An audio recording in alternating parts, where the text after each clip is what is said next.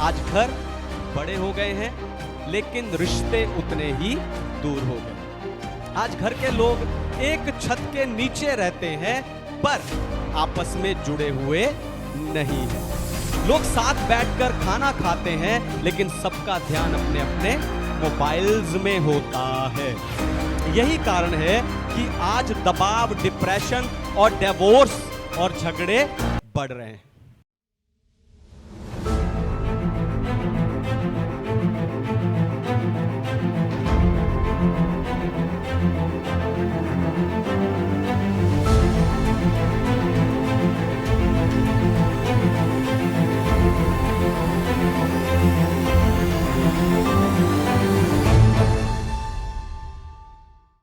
Hallelujah.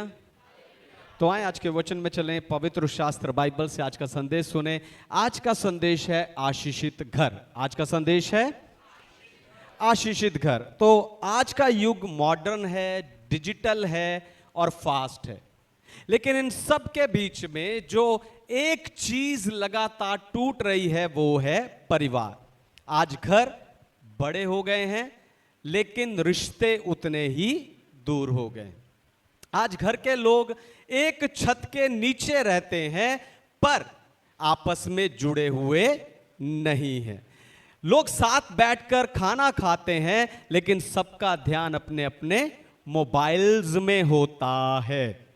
यही कारण है कि आज दबाव, डिप्रेशन और डिवोर्स और झगड़े बढ़ रहे हैं, क्योंकि शैतान जानता है कि अगर परिवार टूट गया तो परमेश्वर का बनाया इंसान भी अंदर से टूट जाएगा। इसलिए परमेश्वर एक अकेले व्यक्ति को नहीं पर उसके पूरे परिवार को आशीष देते हैं। नूह की आज्ञाकारिता के कारण उसका पूरा परिवार बच गया। राहाब वेश्या की आज्ञाकारिता के कारण उसका पूरा परिवार बच गया। प्रेरितों के काम की पुस्तक 16 अध्याय, वहां पर पौलुस और सिलास को बंदी गृह में बंद करने वाला जेलर, जब उसने यीशु मसीह को अपना उद्धारकर्ता स्वीकार किया तो वो और उसका घराना ने उद्धार पाया। यानी परमेश्वर की योजना एक व्यक्ति के लिए नहीं है पर एक परिवार की आशीष के लिए है। और यही बताकर आज मैं आपको उत्साहित करने चाह रहा हूं। जो सबसे पहली बात मैं आपको बताना चाहता हूं वो ये है कि घर का केंद्र परमेश्वर होना चाहिए। घर का केंद्र, पढ़िए भजन संहिता की पुस्तक उसका 127 अध्याय और 1 वचन, साम्स 127 वर्स 1। यदि घर को यहोवा ना बनाए तो उसके बनाने वाले का परिश्रम व्यर्थ होगा। यदि नगर की रक्षा यहोवा ना करे तो रखवाले का जागना व्यर्थ ही होगा। आमीन। परमेश्वर के नाम की महिमा। तो आज के समय में लोग अपने परिवारों को सुख सुविधा देने के लिए क्या कुछ नहीं कर रहे। अपने बच्चों को महंगे स्कूलों में पढ़ा रहे हैं, कई तरह की इंश्योरेंस पॉलिसीज करवा रहे हैं और अच्छी या ऊंची ज्यादा सैलरी वाली नौकरियां ढूंढते उन्हें करते हैं ताकि वो अपने परिवार को लग्जरी आराम दे सके। लेकिन वचन कहता है कि अगर आपके घर का केंद्र परमेश्वर नहीं है तो आपकी ये सारी मेहनत व्यर्थ है। आपको बताऊं, जब आप परमेश्वर को अपने घर का केंद्र में नहीं रखते तो आप ईश्वरीय सुरक्षा और अनुग्रह से वंचित हो जाते, उससे बाहर हो जाते। यही कारण है कि आपके घर में सब कुछ है, फ्रिज, टीवी, एसी, सोफा, गाड़ी, अच्छा खाना, लेकिन शांति नहीं है। पता है क्यों? क्योंकि शांति मार्केट से खरीदी नहीं जा सकती। शांति सिर्फ और सिर्फ शांति का राजकुमार प्रभु यीशु ही आपको दे सकता है। जब आप उसको अपने घर का केंद्र बनाते हैं तब वो आपको दे सकता है। और परमेश्वर को अपने घर का केंद्र बनाने का अर्थ है कि आपके घर के नियम, आपके घर का व्यवहार और आपके फैसले परमेश्वर के वचन के अनुसार हों। एक बहुत प्रसिद्ध आर्किटेक्ट ने एक सुपर लग्जरी घर बनाया। उसने कई देशों से अलग अलग सामान मंगवाकर उस घर को बनाया और उस घर को सजाया।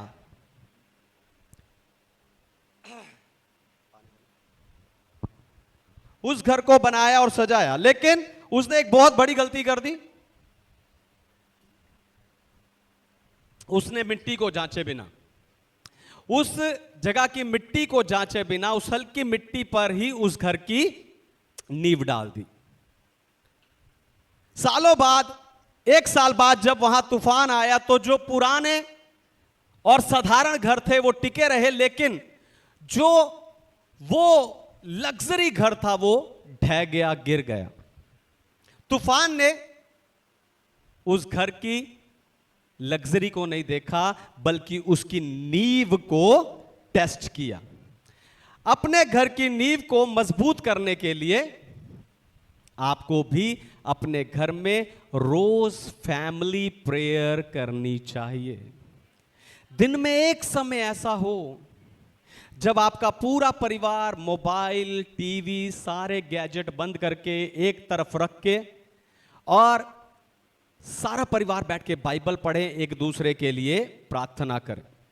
जब आप रोज ऐसा करोगे तो परमेश्वर आपके घर का परमानेंट सदस्य बन जाएगा और आपके परिवार का केंद्र, आपके घर का केंद्र हो जाएगा। हालेलुया। दूसरी बात, माता पिता के आशीर्वाद ढाल बनते हैं। माता पिता का आशीर्वाद पढ़िए, प्रोवर्ब्स चैप्टर 18 वर्स 21, नीति वचन 18 का 21। जीव के वश में मृत्यु और जीवन दोनों होते हैं, और जो उसे काम में लाना जानता है वह उसका फल भोगेगा। आमीन। परमेश्वर के नाम की महिमा। तो पुराने नियम में देखो, इसहाक ने अपने बेटे याकूब के लिए जो बातें बोली, और इसहाक ने अपने बेटे के लिए, याकूब के लिए जो बातें बोली, और याकूब ने अपने 12 बच्चों के लिए जो आशीष के वचन बोले, वही उनका भविष्य बन गया। लेकिन कई बार आप गुस्से में आकर अपने ही बच्चों को, अपने पति पत्नी को, अपने माता पिता को, अपने बहन भाइयों को उल्टा सीधा बोल देते हैं। आपको बताऊं, इन्हीं बातों को लेकर शैतान आपके जिंदगी पर, आपके घर पर, आपके परिवार पर श्राप लेकर आता है। यानी आप अनजाने में अपने परिवार पर ही श्राप की घोषणा कर रहे होते हो। इसीलिए आत्मिक उत्साह की सभा में बार बार लगातार फैमिली संडे रखा जाता है, ताकि आपके विरुद्ध बोले गए ऐसे सारे श्रापों को मैं आशीष और जीवन की घोषणा करके उन्हें रद्द कर सकूं, आपको और आपके परिवार को आशीष दे सकूं। यही कारण है कि इस फैमिली संडे को जब पूरा परिवार, जितने परिवार मिलकर आकर यहां पर आराधना करते हैं, वो परिवार अनुग्रह पर अनुग्रह और आशीष पर आशीष पा रहे हैं। एक साइंटिस्ट ने एक प्रयोग किया, उसका नाम था द वाटर क्रिस्टल एक्सपेरिमेंट। उसने 2 पानी के जार लिए और एक जार के आगे उसने अच्छे शब्द, यानी जीवन, आशा, प्रेम, उत्साह के शब्द बोले, और दूसरे पानी के जार के आगे उसने रोज कड़वे और कठोर और गुस्से के शब्द बोले। कुछ दिनों बाद जब उस पानी को माइक्रोस्कोप के नीचे टेस्ट किया गया, तब जो पहले जार का पानी था वो अच्छा था, लेकिन जो दूसरे जार का पानी था वो अच्छा नहीं था। हमारे शरीर में भी 70% पानी है। इसलिए रोज प्रार्थना में बैठकर अपने बच्चों के लिए, अपने नाती पोतों के लिए, अपने पति पत्नी के लिए, अपने माता पिता के लिए, अपने बहन भाइयों के लिए अनुग्रह और आशीष की घोषणाएं किया करो। उनकी उन्नति और सफलता की घोषणाएं किया करो।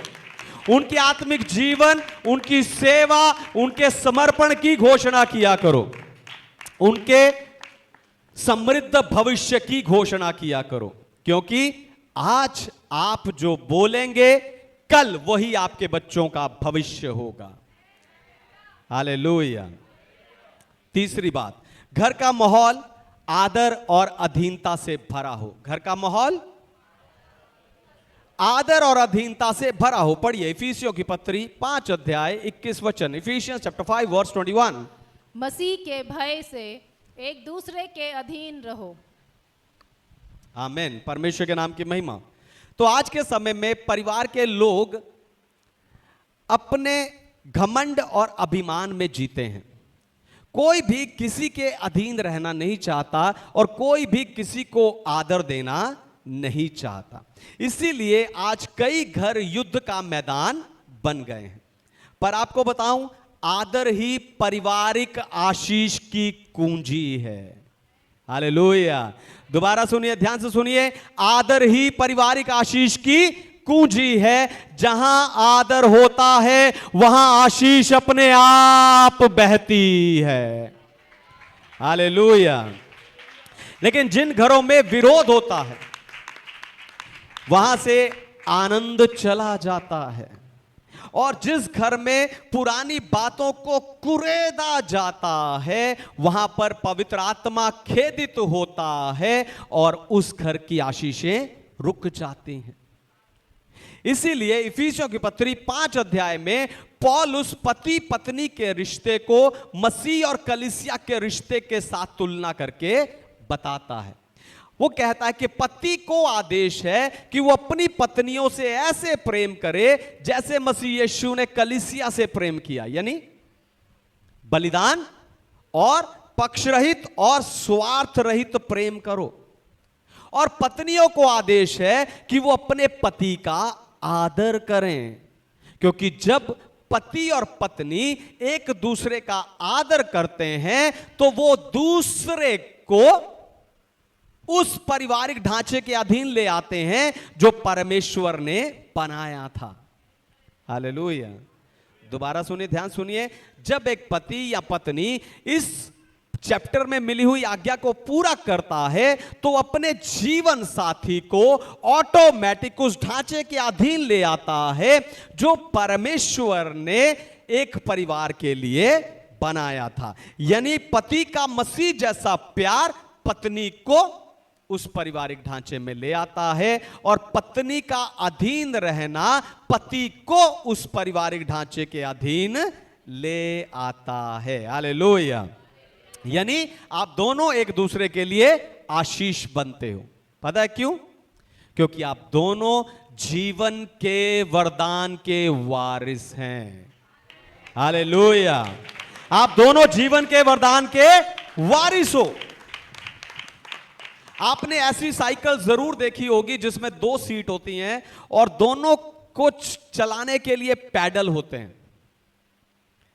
अगर आगे बैठने वाला व्यक्ति दाएं जाना चाहे और पीछे बैठने वाला व्यक्ति बाएं मुड़ना चाहे और दोनों अपनी जिद पर अड़ जाएं, तो क्या वो साइकिल आगे बढ़ेगी? वो साइकिल कभी आगे नहीं बढ़ेगी, वो वहीं पर रुक जाएगी, जाम हो जाएगी। वो इधर को जोर लगाएगा, वो उधर को जोर लगाएगा, तो बीच में ही टूट जाएगी। आपका परिवार भी ऐसी ही साइकिल है। जब तक दोनों, ध्यान से सुनिए, जब तक पति पत्नी दोनों अपना घमंड छोड़कर एक दिशा में, एक उत्साह में, एक स्पीड में पैडल नहीं मारते, तब तक आपका परिवार आगे नहीं बढ़ता। इसलिए अपने घर के लोगों के साथ जिद और कंपटीशन करना बंद करके उनका साथ देना शुरू करो।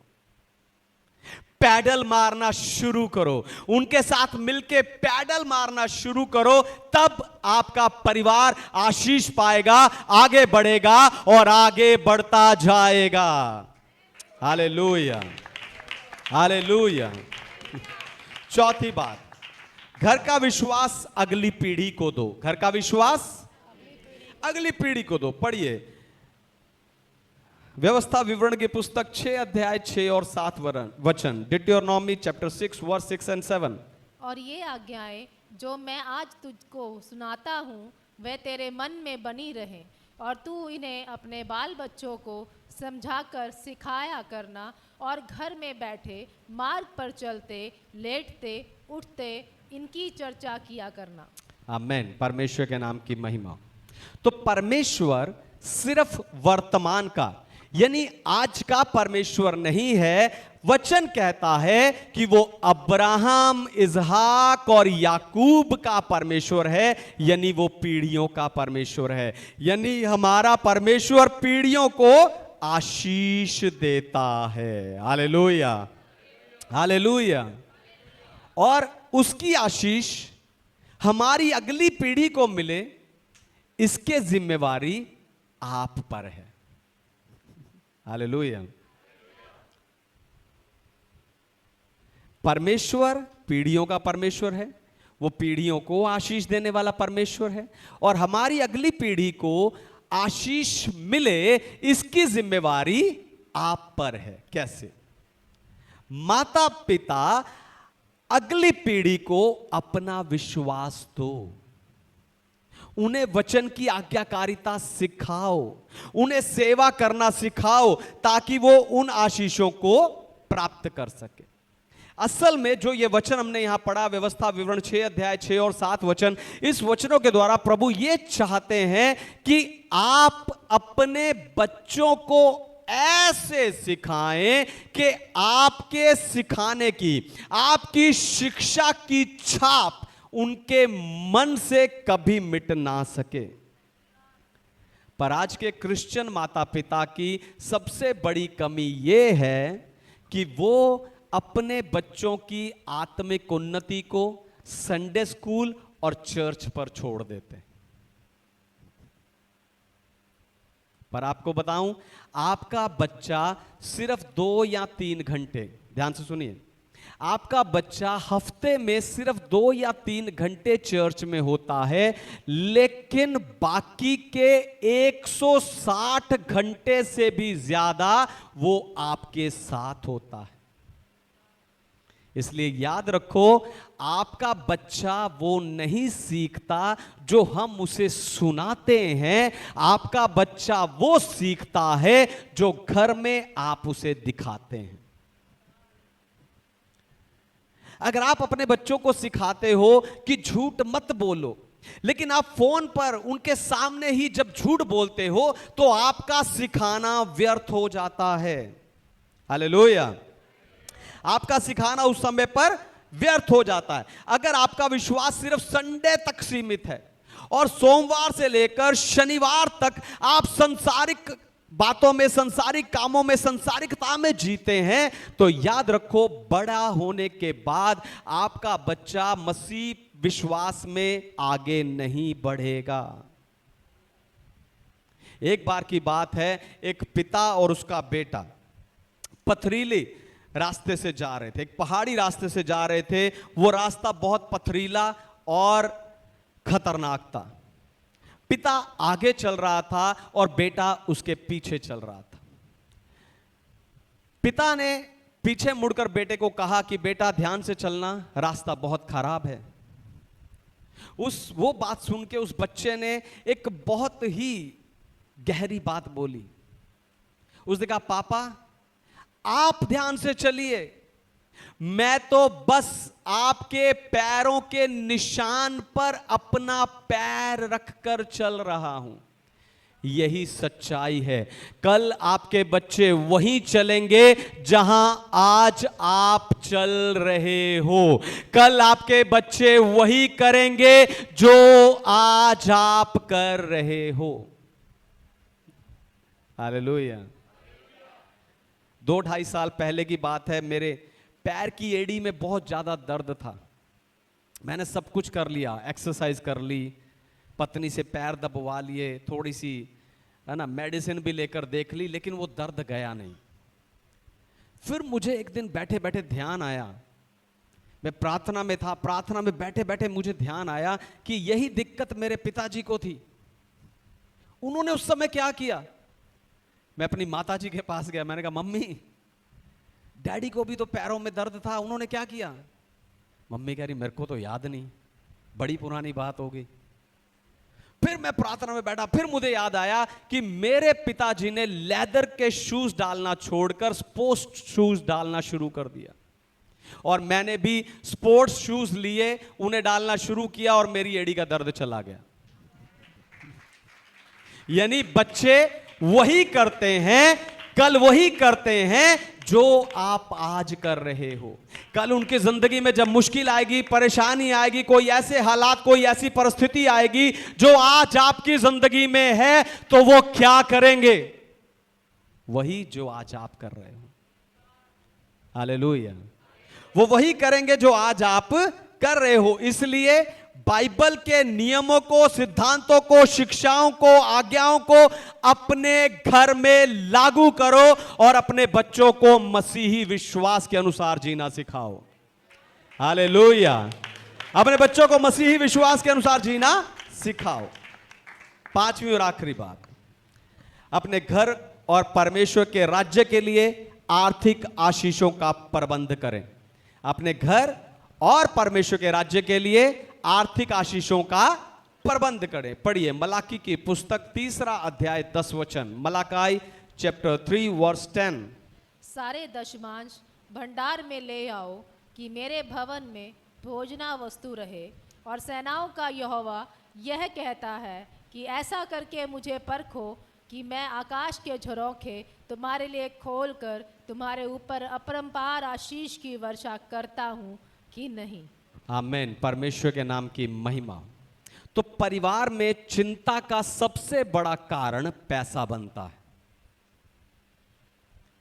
कई घरों में लड़ाई का कारण पैसे की कमी नहीं होता, पर पैसे का गलत प्रबंध करना होता है।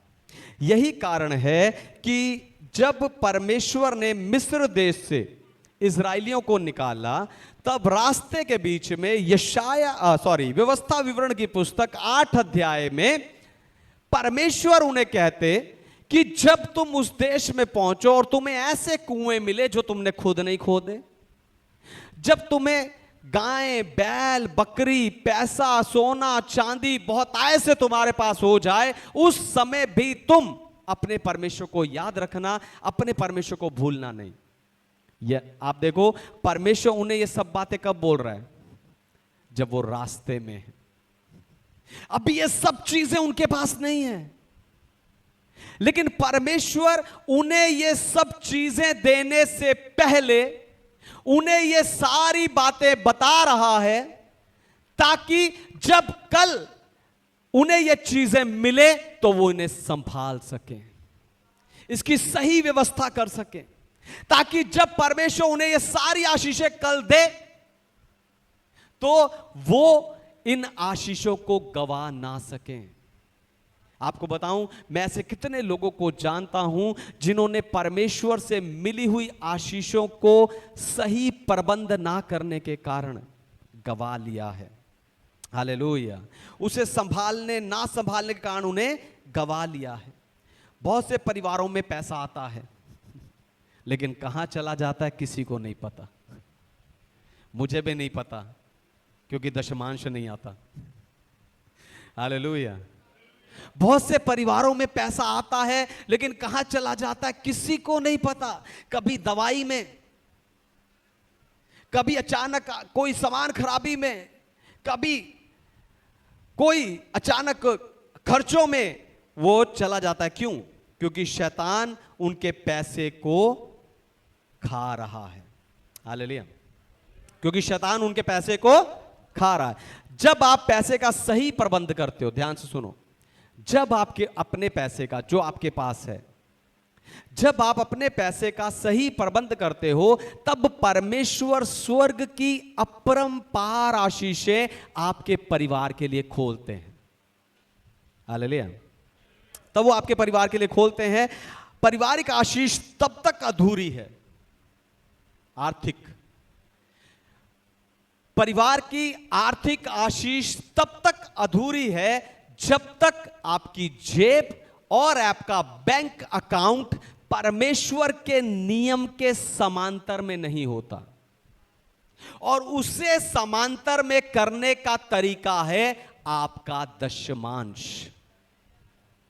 दशमांश देना कोई रिवाज नहीं है, यह इस बात को दिखाता है कि मेरे पास जो कुछ है वो मुझे परमेश्वर ने दिया है। हालेलुया। और जब आप परमेश्वर का 10% उसे देते हैं तब बचा हुआ 90% उस स्वर्गीय, उस ईश्वरीय सुरक्षा के अधीन आ जाता है जिसे शैतान छू नहीं सकता। सोच कर देखो, एक किसान के पास बीज से भरा हुआ एक डिब्बा है और वो सोचता है कि अगर इन बीजों को मैं मिट्टी में दबा दूंगा तो मेरे पास खाने के लिए कुछ नहीं बचेगा। उस डर में वो उस डब्बे को अपने घर की अलमारी में रख देता है और कुछ महीने बाद जब वो उस डब्बे को देखता है तो कीड़े वो सारा बीज खा चुके होते हैं। अगर उस किसान ने थोड़ा सा दुख उठाकर उन बीजों को खेत में बीज दिया होता तो इन्हीं महीनों के बीच में वो एक खेत भर के फसल को पाता, एक खेत भर के फसल को पाता। यानी परमेश्वर को देना खोना नहीं है पर बोना है। हालेलुया। परमेश्वर को देना खोना नहीं है, बोना है। इसलिए जब भी आपकी सैलरी आए या जब भी आपको कहीं से आर्थिक लाभ मिले, आपको उसका 10वां हिस्सा परमेश्वर के काम के लिए अलग करना है। फिर अपने परिवार के लिए एक बजट बनाना है। आपकी जितनी सैलरी है उस सैलरी का आपको एक बजट बनाना है कि ये सैलरी है और इस सैलरी में मुझे खर्चे करने हैं और उसको बजट में आपको बांटना है। और आपको लोन और कर्ज लेने से बचना है, क्योंकि जब आप ऐसा करेंगे तभी आप अपने घर के लिए और अपने चर्च के लिए एक अच्छे आर्थिक प्रबंध कर पाएंगे। और जब आप अपने घर के लिए और परमेश्वर के राज्य के लिए एक अच्छे भंडारी बनेंगे तब आपकी जिंदगी में कोई कमी परमेश्वर आने नहीं देंगे। Hallelujah, hallelujah. तो एक कहानी बता के खत्म करूंगा। एक बहुत पुराना लाइट हाउस था जो समुद्र के बीच में एक चट्टान के ऊपर बना हुआ था। उस लाइट हाउस का काम था कि रात के समय आ जा रहे जहाजों को रोशनी देना ताकि कोई जहाज किसी चट्टान से टकरा ना जाए। उस लाइट हाउस को चलाने वाला, उसकी देखभाल करने वाला अपनी एक बेटी के साथ उसी लाइट हाउस में रहता था। एक दिन बहुत भयानक तूफान आया, समुद्र की लहरें उठ उठकर उस लाइट हाउस से टकराने लगी। उसकी बेटी जो उसके साथ लाइट हाउस के अंदर थी, उसने कहा पापा, उसने अपने पापा का हाथ पकड़ा और कहा पापा, लहरें बहुत ऊंची उठ रही हैं, बहुत तूफान बहुत तेज है, लहरें दीवारों से टकरा रही हैं, क्या लाइट हाउस टूट जाएगा, क्या हम मर जाएंगे? उस पापा ने बेटी की आंखों में देखा, उसे गले लगाया और कहा बेटा, इस लाइट हाउस की दीवारों को देख। इस लाइट हाउस की दीवारें इस लहरों को सहने के लिए ही बनाई गई हैं और हमारा काम तूफान को शांत करना नहीं है। हमारा काम सिर्फ इस लाइट हाउस की लाइट को जलाकर रखना है ताकि जो लोग तूफान में फंसे हैं वो बच सकें। आज आपके परिवार भी इस संसारिक तूफान से घिरा हो सकता है। पैसे का तूफान, बीमारी का तूफान, बच्चों की बदतमीजी का तूफान या रिश्तों में कड़वाहट का तूफान आपकी जिंदगी में आया हो सकता है। लेकिन अगर आपका घर यीशु रूपी चट्टान पर बना है तो कोई भी तूफान उसे गिरा नहीं सकता। बस आपको आपके घर में वचन, प्रार्थना और प्रेम की लाइट को जला कर रखना है। आपका काम तूफान को रोकना नहीं है, वचन, प्रार्थना, प्रेम की लाइट को जला कर रखना है, आज्ञाओं की लाइट को जला कर रखना है। हालेलुया, मसीही विश्वास की लाइट को जला कर रखना है।